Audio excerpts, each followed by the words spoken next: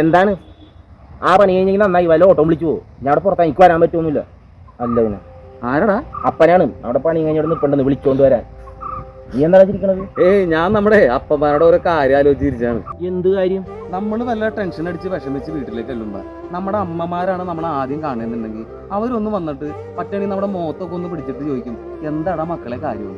നേരെ മറിച്ച് അപ്പന്മാരാണെങ്കിലാ എന്താടാ എന്ന് ചോദിക്കുള്ളൂ. അപ്പൊ നമ്മൾ വിചാരിക്കും ഈ പുള്ളിയൊക്കെ എന്താടവേ ഇങ്ങനെയെന്ന്. പക്ഷെ നമ്മൾ ടെൻഷൻ അടിച്ച് വിഷമിച്ച കാര്യം അപ്പന്മാരോടൊന്ന് പറഞ്ഞു നോക്കിയാൽ തിരിച്ചവരുടെ ഒരു ഡയലോഗ് ഉണ്ട്, ഓട്ടേടാ മക്കളെ എല്ലാം ശരിയാവും. അപ്പൊ നമുക്ക് കിട്ടുന്ന ഒരു ധൈര്യം ഉണ്ടല്ലോ, ഈ ഭൂലോകത്ത് ഒരാൾക്കും തരാൻ പറ്റില്ല. അത് മാത്രമോ, നമ്മൾ വീട്ടിലേക്ക് വെച്ചിട്ട് കാര്യമായിട്ട് അപ്പന്മാരോട് എന്തെങ്കിലും പറഞ്ഞു കഴിഞ്ഞാൽ നീ അവരുടെ മറുപടി ശ്രദ്ധിച്ചിട്ടുണ്ടോ? ഈ 3 മൂലക്കത്തില് അവര് നമ്മളോട് മറുപടി പറഞ്ഞോളേ. അപ്പോഴും നമ്മൾ വിചാരിക്കും ഈ അപ്പന്മാർക്ക് നമ്മളോട് ഒരു സ്നേഹമില്ലാന്ന്. പക്ഷെ അവരുടെ സ്നേഹവും നമ്മളോടുള്ള അവരുടെ കരുതലും മനസ്സിലാക്കണമെന്നുണ്ടെങ്കിൽ അവര് ഈ ഭൂമിയിൽ നിന്ന് ഇല്ലാണ്ടാവണം. എന്താ പറയാ, നമ്മുടെയൊക്കെ ഒരു വശം തളർന്നു പോകണമല്ലേടാ. ഇപ്പൊ ശരിക്കും ഞാനത് അനുഭവിക്കും.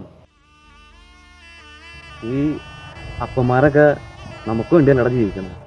ഇപ്പൊ ജീവിച്ചുകൊണ്ടിരിക്കണതും നമുക്ക് വേണ്ടി തന്നെ. അവർ വിളിക്കുമ്പോ നമ്മൾ ചെന്നില്ലെങ്കിൽ പിന്നെ ആര് ചെല്ലാനടാ? ഹലോ, അപ്പം പോയില്ലല്ലോ. ഞാൻ ഇങ്ങോട്ട് വരാം, ഞാൻ വീട്ടിലാക്കി തരാം. ഞാനേ അപ്പനൊന്ന് വീട്ടിലാക്കിയിട്ട് വരാം.